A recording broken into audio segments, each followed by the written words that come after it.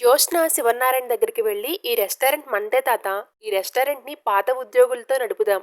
Deal కూడా అయిపోయింది అని అంటుంది జ్యోత్స్న.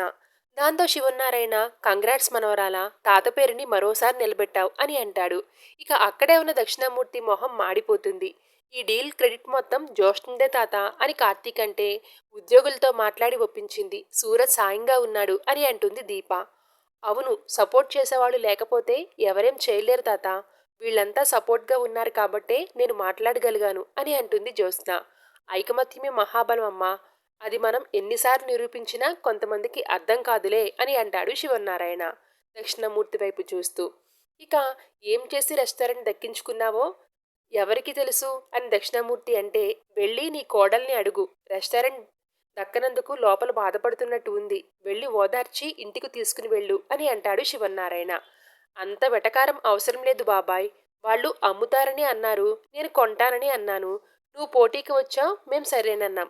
నేను ఆఫర్ ఇచ్చాను, నా మేనకోడలు నాకు బంపర్ ఆఫర్ ఇచ్చింది. పోటీ పడ్డంలో మేనత్త పోలికలే వచ్చినట్టున్నాయి అని అంటుంది మాలిని. నీతో నన్ను పోల్చుకోకు అత్త అని అంటుంది జ్యోత్స్న. అసలు ఆ మనిషిని వరసబెట్టి పిలవాల్సిన అవసరం లేదు అని అంటాడు శివనారాయణ. పిలవాలి తాత. మనం పిలవడం మొదలు పెడితేనే వీళ్ళు ఆగిపోతారు. ఎందుకంటే వీళ్ళు వరసలు పెట్టి పిలిచేది మనల్ని బాధ పెట్టడానికి.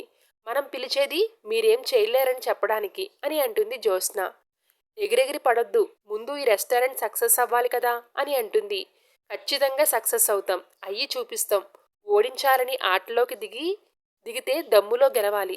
ఇలా అడ్డదారిలో వెళ్తే రిజల్ట్ ఇదే విధంగా ఉంటుంది అని వార్నింగ్ ఇస్తుంది దీప. దాంతో అవమాన భారంతో అక్కడి నుంచి వెళ్ళిపోతారు దక్షిణామూర్తి మాలిని. ఇక శివనారాయణ జ్యోత్స్నని తెగ పొగిడేస్తూ ఉంటాడు. ఈ పనిని నేను దీపకి అప్పగిస్తే జ్యోత్స్న కంప్లీట్ చేసింది. నాకు చాలా సంతోషంగా ఉంది. అందరికీ కంగ్రాట్స్ అంటూ సంబరపడిపోతూ ఉంటాడు. ఇక శివనారాయణ అలా వెళ్ళగానే జ్యోత్స్న దగ్గరికి వెళ్ళిన కార్తీక్ తన చేతులను పట్టుకుని, కంగ్రాట్స్ చినమరదల, ఇదంతా సూరజ్ని ఇంప్రెస్ చేయడానికే కదా అని అంటాడు. కార్తీక్, లేదు బావా, నా కోసమే చేశాను అని అంటుంది జ్యోత్స్న. ఇంతలో జ్యోత్స్న ఫోన్కి గుడ్ వర్క్ అంటూ మెసేజ్ పెడతాడు సూరజ్. అది చూసి జ్యోత్స్న తెగ సంబరపడిపోతూ ఉంటుంది. ఇక జ్యోత్స్నని ఓరగా సూరజ్ వైపు చూసి ఓరగా నవ్వుతుంది.